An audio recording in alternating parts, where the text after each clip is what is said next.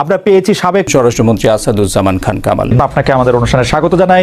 আমাদের সাথে আরো থাকছেন ডক্টর মোহাম্মদ ইউনুস। ডক্টর মোহাম্মদ ইউনুস, আপনাকে আমাদের অনুষ্ঠানে স্বাগত জানাই। আমাদের এই সময় দিয়েছেন সেজন্য শুভেচ্ছা ও কৃতজ্ঞতা জানবেন। আমরা একটু কামাল ভাই আপনার কাছ থেকে জানতে চাইবো, মানে আওয়ামী লীগের কথা না বললে আমার আসলে পেটের ভাত আসলে হজম হয় না। অন্তর্বর্তী সরকারের প্রধান উপদেষ্টা ডক্টর মোহাম্মদ ইউনুস যুক্তরাষ্ট্রে বিল ক্লিনটনের উপস্থিতিতে একটা অনুষ্ঠানে বললেন যে এই আন্দোলন খুব পরিকল্পিতভাবে চালিয়ে নেওয়া হয়েছে, কিছুই হঠাৎ হয়নি।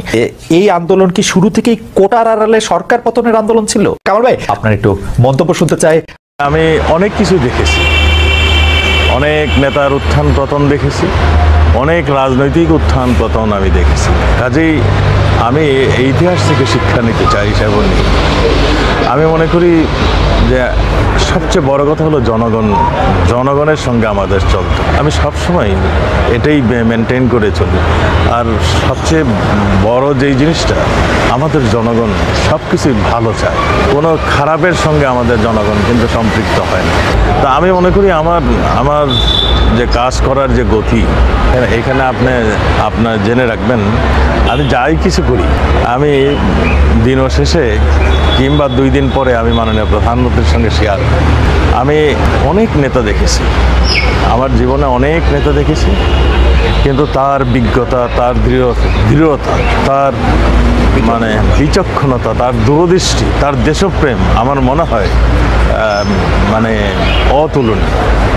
তার যে প্রত্যেকটা ডিসিশন উনি এত সময় উপযোগী এবং অত নির্ভুল ডিসিশন নেন, খুব কম নেতারই এই যোগ্যতাটা আছে, এই গুণটি আছে। আমরা যতই বিচলিত হই, যতই আমরা আবেগপ্রবণ হই, যতই আমরা মনে করি যে এটা কি হবে, উনি তখন ঠান্ডা মাথায় উনি দিক নির্দেশনা দিয়ে যাচ্ছেন। তা কাজেই আমার তো এক জায়গায়, আমার প্রেরণার উৎসও এক জায়গা, আমার মানে শক্তির উৎসও সেই জায়গায়। যতই আমি তাকে দেখি ততই আমি বিস্মিত। আমার জন্মের পরের থেকেই আমরা যেইখানে মানুষ হয়েছি, যেই পরিবেশে আমরা বড় হয়েছি, সেইগুলো মনে হয় এখন সেই স্বপ্নের মতো। বাড়ির সামনে খোলা মাঠ ছিল, বন্ধুবান্ধব যারা ছিলাম আমরা সব অকৃত্রিম বন্ধু ছিলাম। আমাদের ভাই বোন যেমন আমাদের আপন ছিল, সেরকম আমাদের বন্ধুরাও একদম আমাদের নেহাতি আপনজন ছিল। সব কিছুতেই আমরা ভালো মন্দে, সুখে দুঃখে রোগে সবই আমরা। দারুণ একটা শৈশব ছিল আপনার। দারুণ একটা শৈশব ছিল, এবং সেটা আমার মনে হয় সেই দৃশ্য, সেই শৈশব, সেই যে মানে সেই পরিবেশিত নেই। আমার মূল লক্ষ্যটা যেটা ছিল সেটা তো আমি অ্যাচিভ করেছিলাম ৭১-এর সেই যুদ্ধের পরে।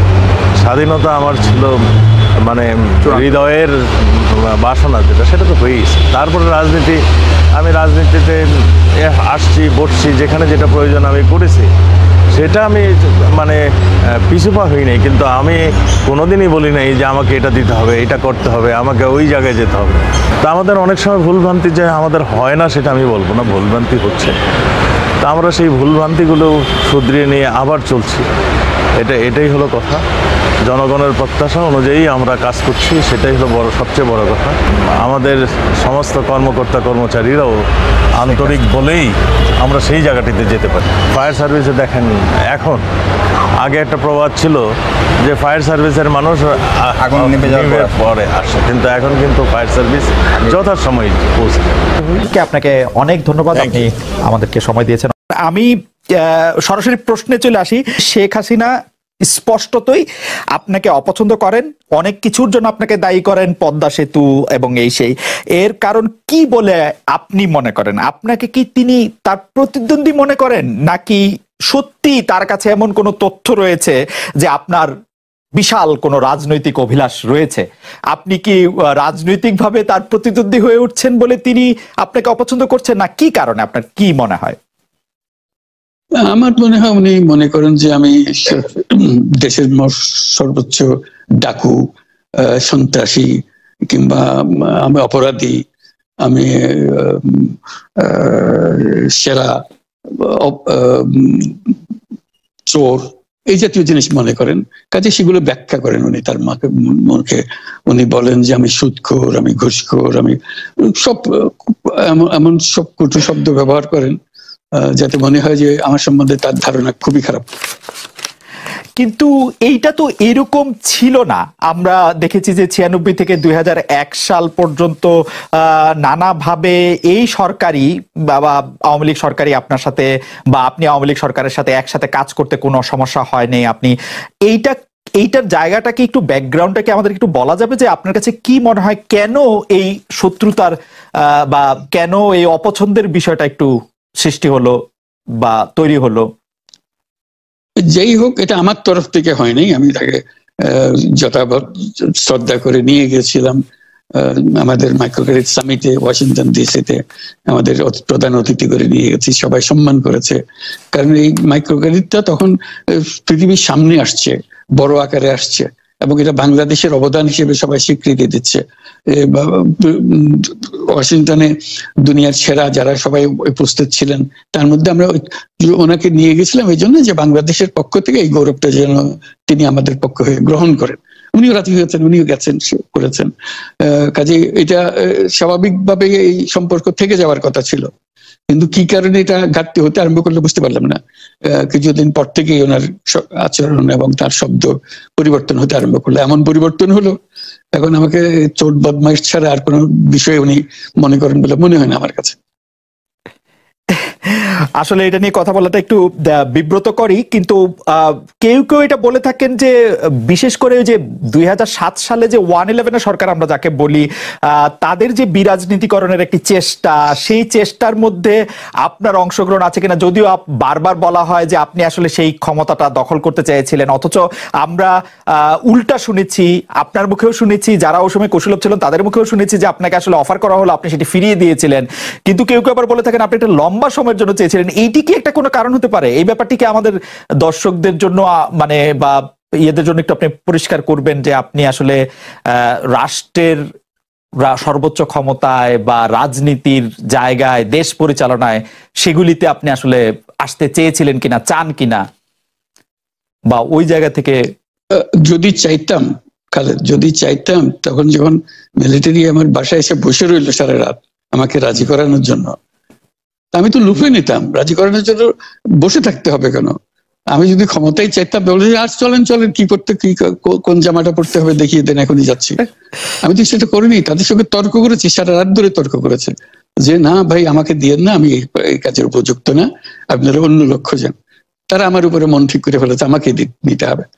আমি বারে বারে বলতেছি তাদেরকে, তারা নিরাশ হয়ে ফিরে গেল, বললো যে সকালবেলায় আবার আসবো, সকালবেলায় আসলে তখন আপনি আমাদেরকে বলেন যে রাজি আছেন। আমি বললাম না, সকালবেলা আসলে একই কথা পাবেন। কারণ আমি তো এটা এমন কিছু না যে মনের মধ্যে সন্দেহ রেখে, দ্বন্দ্ব রেখে আপনাদেরকে বলছি, অত্যন্ত পরিষ্কার ভাবে আপনাদের কাছে বলছি। ঠিক আছে, তা না হলে তো আমি সঙ্গে সঙ্গেই রাজি হয়ে যেতাম। কে ছাড়ে যাও আপনাকে? দেশের পুরো সরকারের প্রধান হবার জন্য আহ্বান জানাচ্ছে বাংলাদেশে এরকম কয়জন মানুষ আছে বলবো যে না, আমি এই দায়িত্ব গ্রহণ করব না? আমি তো করলাম সেটা। এখন আমার নামে বলা হচ্ছে 10 বছর চেয়ে। আমি বছর দিয়ে তো পুষ্টই উঠে না। প্রশ্ন হচ্ছে আগামীকাল সকালবেলা আপনি শপথ গ্রহণ করবেন, এই কথা। আমি বলছি না, করবো না। তারপরে এরপরে তো কয় বছর, কয় কাণ্ড। আমি 10 বছর দিয়ে কি করবোটা কি? আমি 10 বছর দিয়ে, আমি তো বলছি আমি এই কাজের জন্য নই। দেশে আমার দেশ পরিচালনা করা আমার দায়িত্ব না, আমার কাজ না। আমি জানি না এটা কিভাবে করতে হয়। আমি যেটা জানি সেটা করি। Make sense. আপনার মেয়ে মনিকা ইউনুস সম্প্রতি একটি সাক্ষাৎকার দিয়েছেন CNN-এ। সেখানে আমি তাকে একটু যদি অনুবাদ করি তাহলে সেরকম পড়তে পারবো যে আমি তাকে উদ্ধৃত করছি যে কোনো এক সময় প্রধানমন্ত্রী শেখ হাসিনা ও ডক্টর ইউনুস একসঙ্গে কাজ করেছেন। আমি আশা করি সেই সময়টা আবার ফিরে আসুক, শুধু গ্রামীণ কিংবা সংশ্লিষ্ট সব প্রতিষ্ঠানগুলোর ভালোর জন্যই নয়। যদি তারা আবারও একসঙ্গে কাজ করেন তাহলে সেটা চমৎকার হবে। এই মনিকা ইউনুসের এই আশা কি আপনারও মানে একই রকম আশা কিনা যে প্রধানমন্ত্রী শেখ হাসিনা এবং ডক্টর ইউনুস একসঙ্গে কাজ করলে আরো কিছু চমৎকার কাজ হবে, বা এটা আপনি আশা করছেন এরকম কি? এটা কি এখন আমার জন্য করা যাচ্ছে না যে আমি নারাজ, যে করতে চাই না? তুমি ভাবখানা এমন করছো যে আমি আপত্তি করছি, আমি কাজ করতে চাই না। আমাকে যে বললাম চোর বদমাইশ করে রেখেছে, সেখানে কাজ করার তো কথাই উঠছে না। আমার নাম উঠলেই ওনার রাগ উঠে যায়। আমাকে সুদখোর না বললে ওনার মন তৃপ্ত হয় না। আমাকে চুবিয়ে না ডুবালে, পদ্মা নদীতে আমাকে চুবিয়ে না ডুবালে ওনার মনে শান্তি আসে না। কাজে আমি কি করে বলবো? ওনাকে বলতে তো হবে, ওনাকে যদি কিছু বলতে হয়। না, আমি বলবেন ভুল সংবাদ দিচ্ছ তুমি, সেজন্য বলবো। ভুল সংবাদটা হলো এই, আমার টাকা আমি রোজগার করি, আমি নিজে সিদ্ধান্ত নিয়েছি আমি কোনো কিছুর মালিক হব না। কাজে আমি টাকাটা আমি যেহেতু উপার্জন করেছি, সেটা আমি একটা ট্রাস্ট দিয়ে দিতে চাচ্ছি। যেমন আমার কোনো বাড়ি নাই, নিজের কোনো বাড়ি নাই, গাড়ি নাই, জমি নাই, কোনো ব্যবসার শেয়ার নাই, আমি কোনোটা রাখিনি। এটা আমি মালিকানাবিহীন থাকতে চাই সবসময়। ঠিক আছে, এই টাকাটা আমি একটা ট্রাস্টে দিয়ে দিচ্ছি। তো ট্রাস্টে দিয়ে দেওয়ার সময় প্রশ্ন উঠলো এটাকে কর দিতে হবে কিনা। তখন আমাদের লয়ার বললো যে না, এটা যেহেতু আপনি দান করছেন, এটা তার কর দেওয়ার বিষয় না, আপনি তো দানই করে দিচ্ছেন। আমি বললাম যে আইনে যেভাবে বলে সেভাবে, টাকা তো আমি এমনি দিয়েই দিচ্ছি, কাজে এটা সরকারকে দিলে আমার কোনো অসুবিধা তো নেই, আমি তো ধরে রাখতে চাচ্ছি না টাকাটা। তখন বলতে আপনার দেওয়ার কোনো কারণ নাই। তখন আমরা এটা পূরণ করে দিয়ে দিলাম, সরকার দিয়ে দিল। তখন সরকার পক্ষ থেকে এনবিআর থেকে বলা হলো যে না, এটা করযোগ্য টাকা, আপনাকে কর দিতে হবে। আমাদের লয়ার বলছে দিতে হবে না, ওনারা বলছে কর দিতে হবে।